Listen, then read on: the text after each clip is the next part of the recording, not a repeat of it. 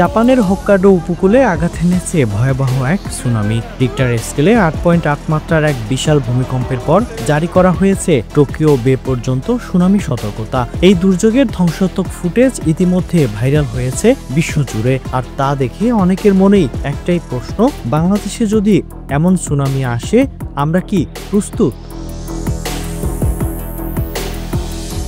ভাবুন তো, এক ভোরবেলা হঠাৎ করে বঙ্গোপসাগরের গভীরে ঘটে যায় একটি শক্তিশালী ভূমিকম্প।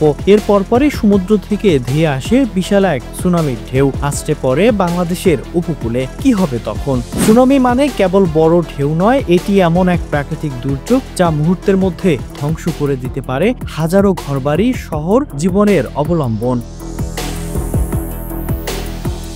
বিশেষজ্ঞরা বলছেন, যদিও বাংলাদেশে সরাসরি কোনো টেকটনিক প্লেট সীমারোপণ নয়, তবুও বঙ্গোপসাগরে বড় ধরনের ভূমিকম্প হলে সৃষ্ট সুনামি মাত্র 30 থেকে 45 মিনিটের মধ্যেই বাংলাদেশের উপকূলে পৌঁছাতে পারে। বিশেষ করে কক্সবাজার, চট্টগ্রাম, বরগুনা, পটুয়াখালী ও খুলনা সবচেয়ে ঝুঁকিপূর্ণ এলাকা হিসেবে চিহ্নিত। বাংলাদেশের জনসংখ্যার ঘনত্ব অনেক বেশি, এমনকি 1 থেকে 2 মিটার উঁচু ঢেউ এলেও তা হতে পারে ভয়াবহ। বাস্তুচ্যুত হতে পারে লাখো মানুষ, মৃত্যু হতে পারে হাজার হাজার। তাহলে আমরা কতটা প্রস্তুত? দুর্যোগ বিশেষজ্ঞরা বারবার সতর্ক করেছেন, এখনই পদক্ষেপ না নিলে ভবিষ্যতে বাংলাদেশকেও জাপানের মতো ভয়াবহ দুর্যোগের মুখোমুখি হতে পারে।